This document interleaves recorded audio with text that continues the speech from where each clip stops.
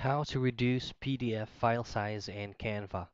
First things first is access or pull up your preferred web browser and then just simply go ahead to canva.com.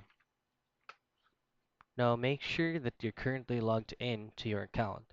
And then once you do, you'll just have to create on start working on your current project in which you wanted to change or reduce the file size.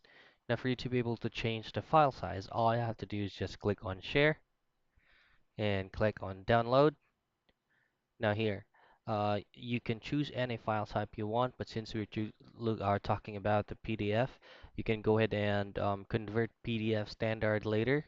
First things first is you can go ahead and try it on PNG or JPG. Now once you do, this is gonna be your reference. So the higher the quality, the higher the file size. So to reduce the file size, all I have to do is to reduce the quality of the specific file right here.